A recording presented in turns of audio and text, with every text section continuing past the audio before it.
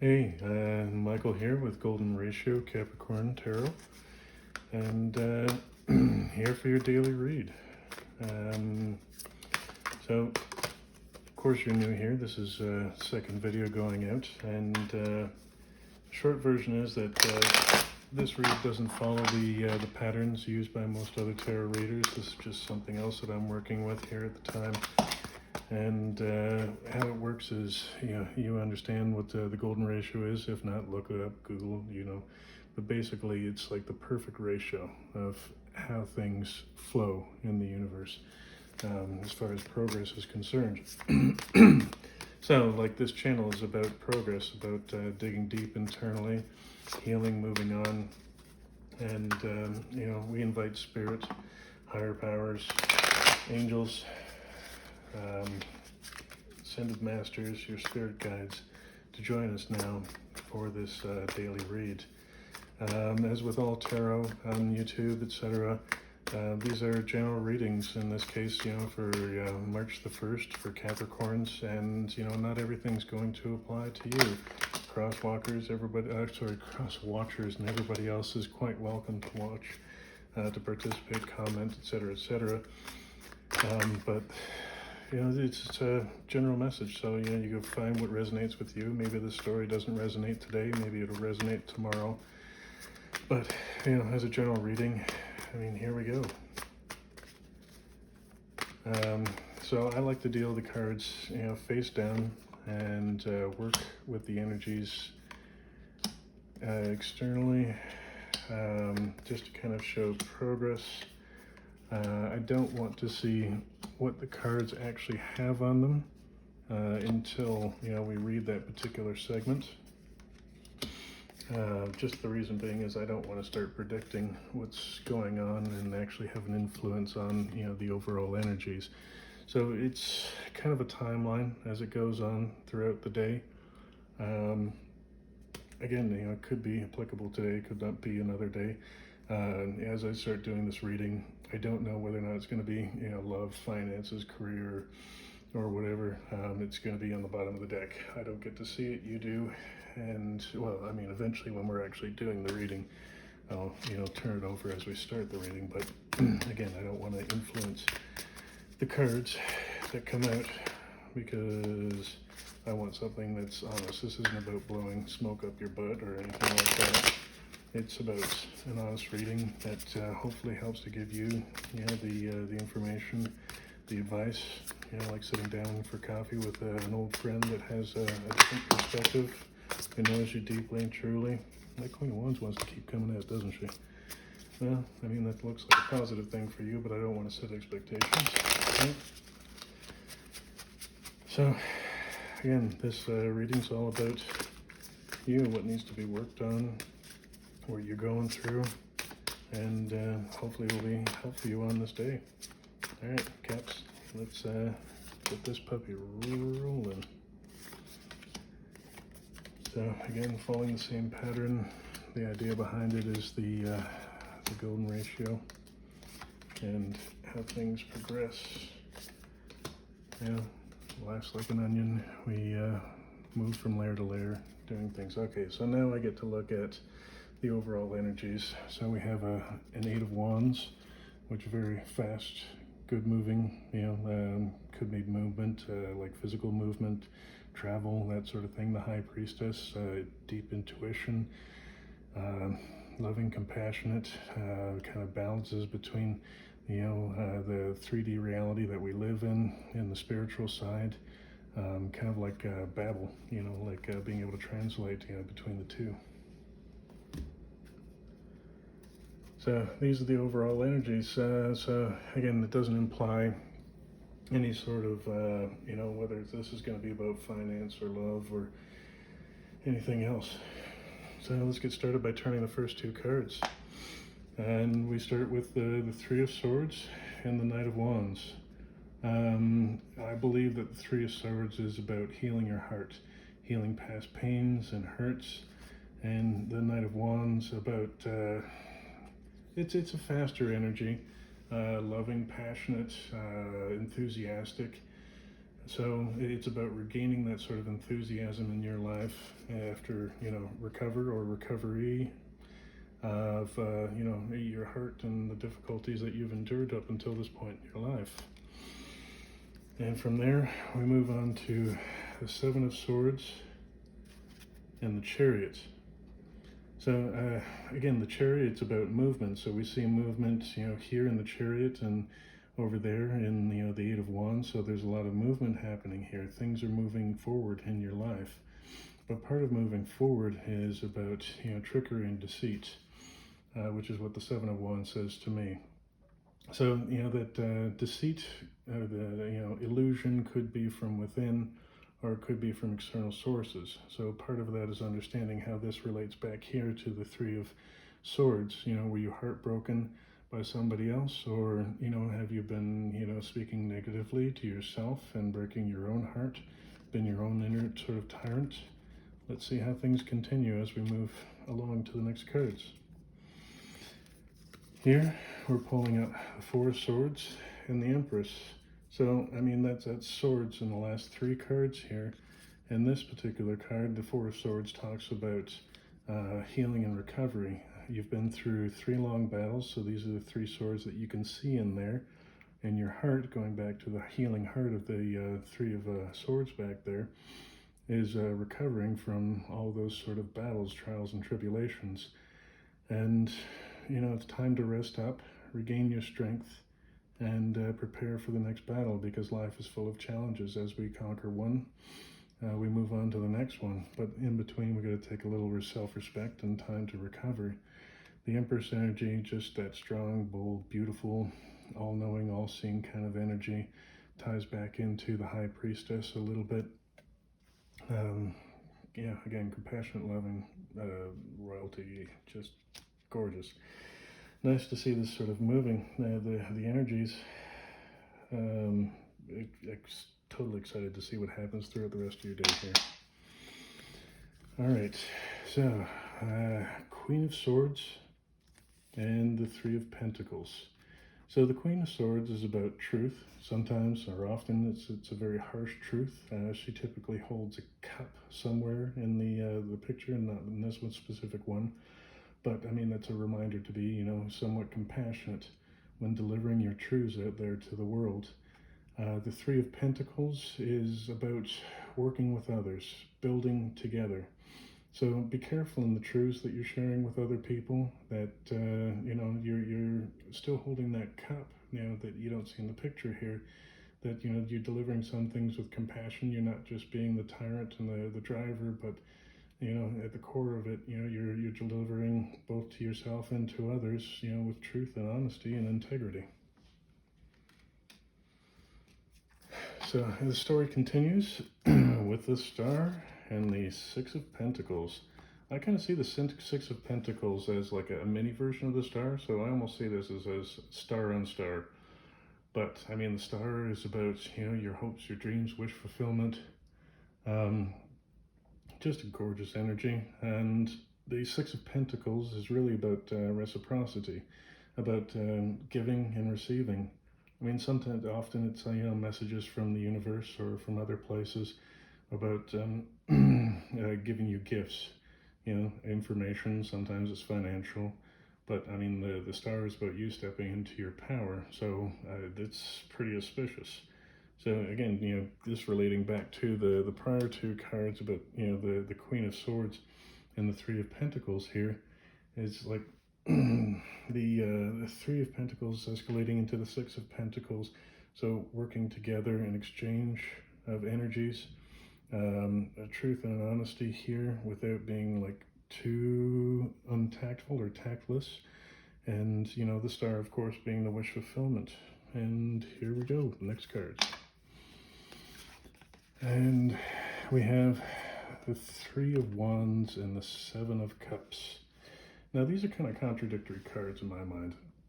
The Seven of Cups is about choices, about kind of being unclear about what it is that you want. And the Three of Wands is more about having a clear manifestation that you're working towards. That's the way I read these cards, and they're both very strong and powerful, and it's nice to have choices, but it's also good to have clarity of mind. So, I mean, understanding, what is your truth? What is it that you want? What is it that you seek? And not based on cards like, the Seven of Swords, self-deceit and, prior heartbreaks and that sort of thing. What is it that you truly see in a much larger aspect? And what is it that you truly want? In your heart, you know what it is, but often in the mind space, it's a little bit more difficult to discern what it is. I mean, let's have another look at the next set of cards. So the Ten of Swords and the Ace of Swords. In the deck, or both decks, or all decks, tarot in general, the Ace is always a gift from the universe. So this is sort of a gift of insight. And the Ten of Swords represents, an ending, endings of like being mentally distraught. Difficult times are behind you. So this is very kind of auspicious. It's nice that we've had some good things happen here in the spread and good energies joining in. Truth, reciprocity, goals going towards your manifestation, but needing to be more clear about it. Maybe this is the point in the day where you get a little bit more clear of a picture of what it is that you intend to do. You get your download from the universe, from your soul, and put the negative aspects, the mistruths behind you, and move ahead like the Chariot. Into the latter half of the day, here we're revisited by the Three of Swords coupled with the King of Pentacles. Three of Swords, as we've been over, is about healing heartbreak. So maybe that part of that heartbreak was about some negative financial situation. Now, the King of Pentacles is partially about being compassionate and caring of his kingdom. And don't forget, in tarot, like a gender is neutral, right? I mean, it's just a masculine energy as opposed to a man. So it could be a woman, a child, although children would be like pages typically, who had like a negative influence on you, or it could be a negative influence within a masculine energy within yourself. So about healing sort of these financial hardships internally. So maybe you don't really feel good about yourself, for your current financial situation, and you're beating down on yourself, and you just need to learn to be a little bit more compassionate, to allow yourself to heal, to learn to make better choices, and have your life propel further, faster, farther. And that moves you into the Knight of Cups and the Ten of Pentacles. Again, tens, typically refer to like endings, and the Ten of Pentacles is a gorgeous card in that it's about sharing the wealth and abundance, not just sort of hoarding it, right? So it's just like, you have a large bonus or a big windfall, and you're not keeping it all for yourself. It's just kind of like your own little community, like sharing it with the people that you love, right? So, I mean, maybe this energy here is about, you looking at the people that you love, the people that you want to bring into your life, the people that you want to see, rise up with you and join in on this beautiful journey that you've got going on. I mean, this is just lovely. I mean, King of Pentacles, the Empress here, this beautiful Knight energy of the Wands, and then the romantic, Knight of Cups. Lovely, lovely, lovely. And up here, we have another gift. Oh, wow, that is absolutely gorgeous. It's starting to look like you went from a mental space into a financial space, and then clearing up the mental has opened up this great financial aspect for you. But just, look at this here. I mean, this is the Nine of Cups, which is wish fulfillment, a baby star. You've got your other star up here. You've got your Ace of Coins or your Ace of Pentacles here. And, pentacles aren't always money, but, energy.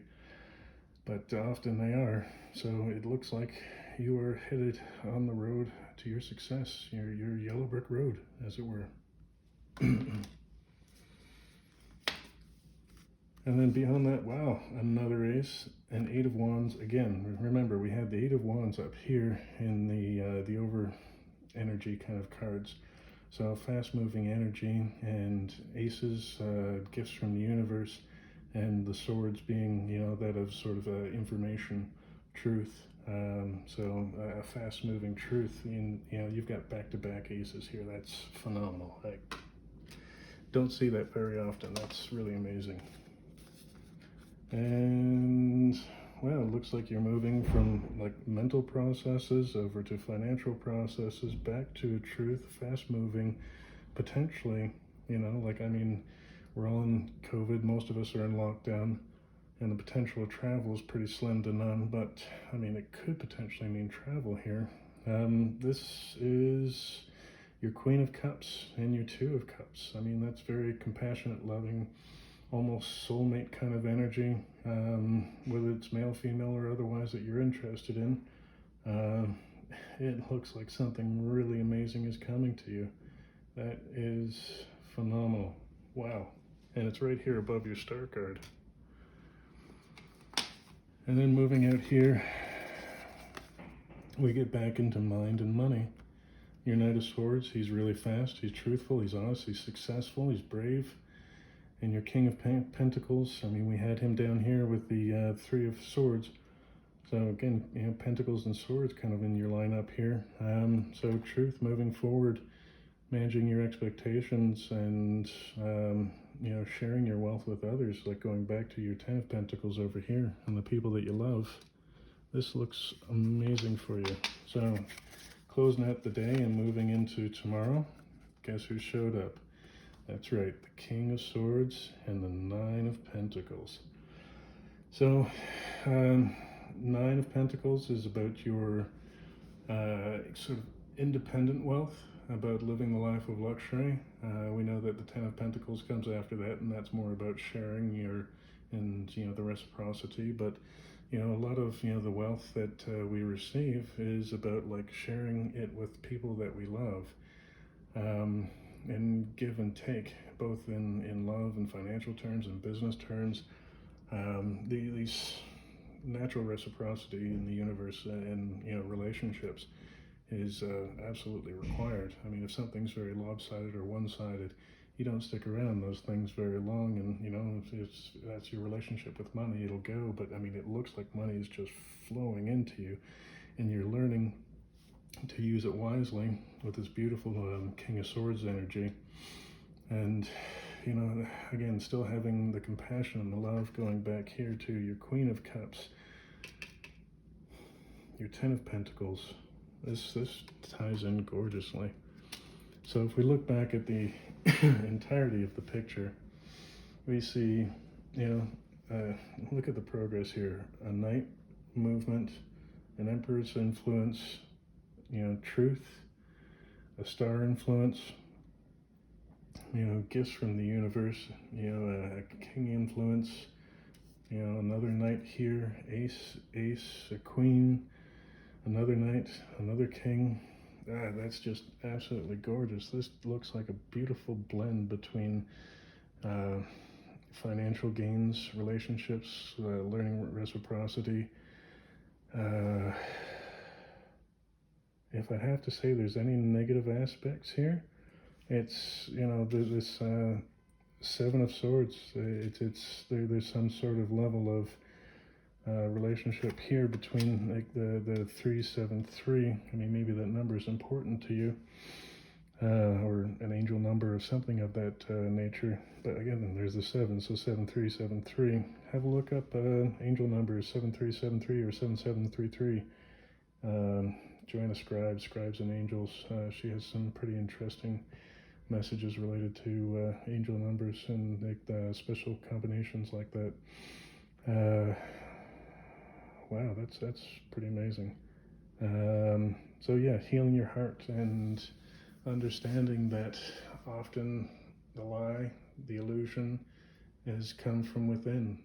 Like whether it's a childhood type of experience where we built up a belief around a certain subject like money or love, that certain things are required, and you're not going to find love if you're not rich, or if you're not rich, you're not a good person, or don't deserve love. I mean, these are all just like false beliefs, right? So, have a look at some of those sort of thoughts in your mind to see what it is that might be blocking you, that needs to be healed.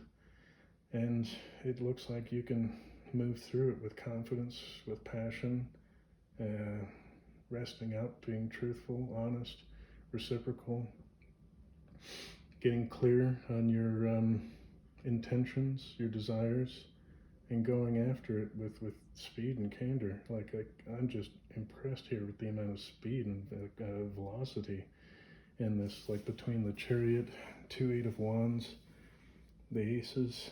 This is absolutely amazing. Okay, Cappies, love you guys. Hope this is helpful. Hope you found something interesting in there.